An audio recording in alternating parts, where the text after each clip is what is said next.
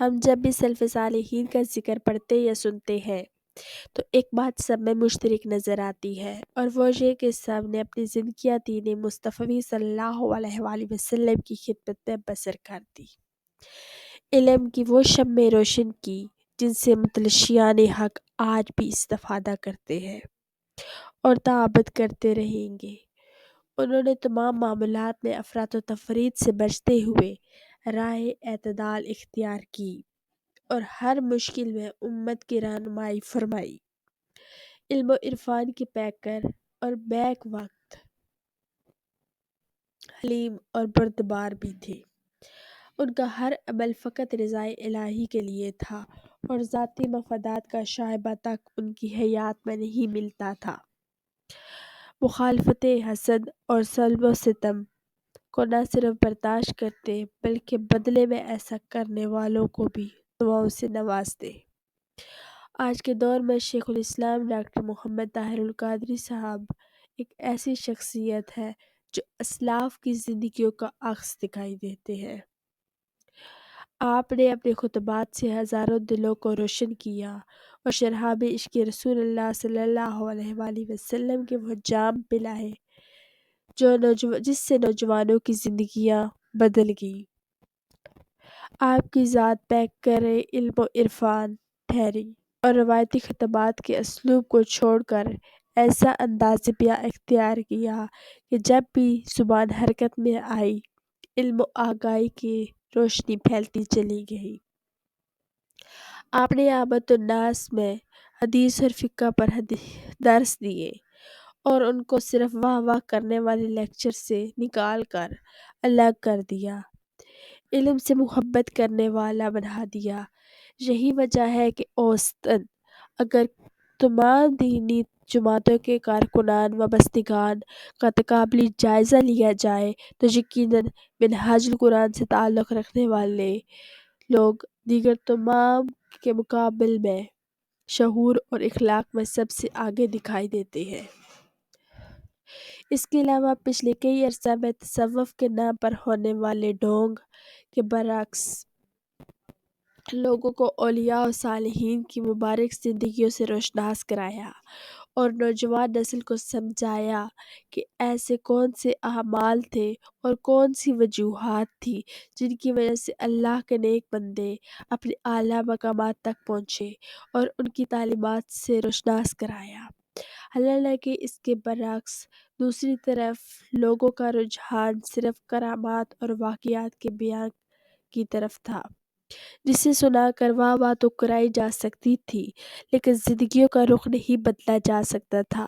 اور مزید برآں یہ کہ ان واقعات سے آج کے نوجوان کے ذہن میں یہ سوالات اٹھتے ہیں، شاید اولیاء اللہ کوئی اور ہی مخلوق ہے اور ہم ان کی پیروی نہیں کر سکتے، اور بعض تو کرامات اور واقعات کو من گھڑت اور جھوٹا سمجھ کر انکار کر دیتے ہیں۔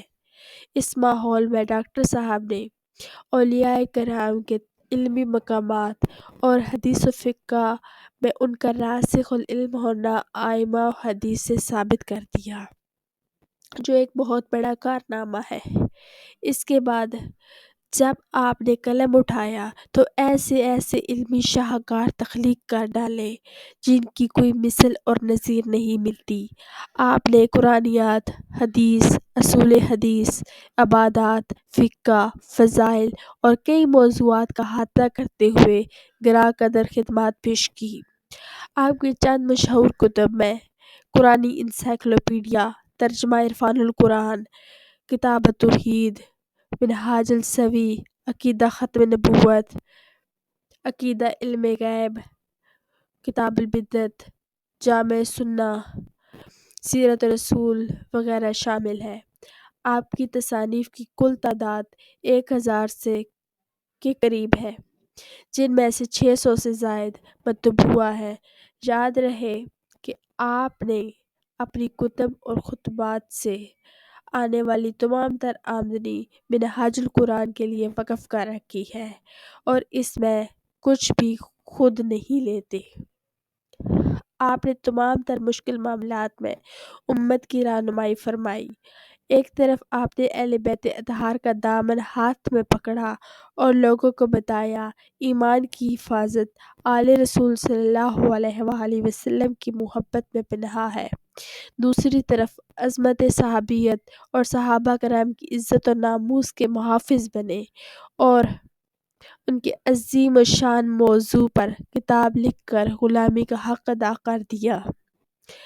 حقیقت خلافت القول المتین فی میں فرمایا، اسی طرح یزید کے حق میں نعرے لگے تو آپ نے کتاب لکھ کر اس کے کفر کو ثابت کر دیا۔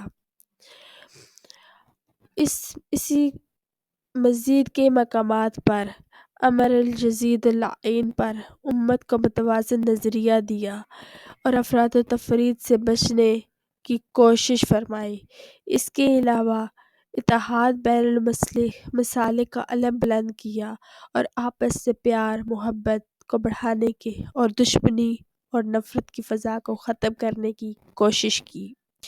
یوں اس ضمن میں ملک میں شیعہ اور سنی فساد اور خون ریزی کو ختم کرنے میں اہم کردار ادا کیا، لیکن اس کے بدلے میں آپ کو روایتی دنیا داروں علماء کے طبقے کی طرف سے شدید نفرت بغض اور حسد کا سامنا کرنا پڑا۔ انتہائی غلیظ زبان استعمال کرتے ہوئے اپنے آپ کو دیندار کہنے والے لوگوں نے گالیاں دی، مگر آپ نے آج تک کسی کو کوئی جواب نہ دیا، سب کو معاف کرنے کا اعلان فرمایا۔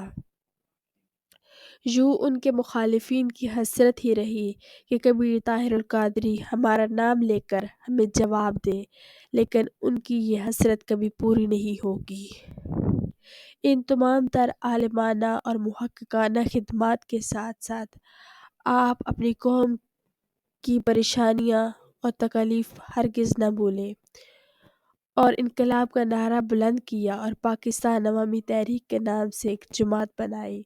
آپ نے آج سے 35 سال قبل انقلابی جماعت قائم کی اور قبل ہی اپنی نور و بصیرت سے قوم کو آگاہ کیا کہ ان کے مسائل کی اس وجہ ملک کے ظالمانہ نظام ہے اور خاص طور پر نظام انتخابات کو تبدیل کیے بغیر اس ملک میں تبدیلی ممکن نہیں۔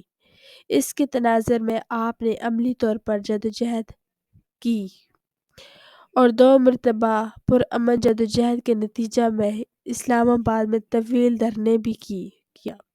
2 مرتبہ امن جدوجہد کے نتیجہ میں اسلام آباد میں طویل دھرنے دیے اور شعور آگاہی کے دریا بہا دیے۔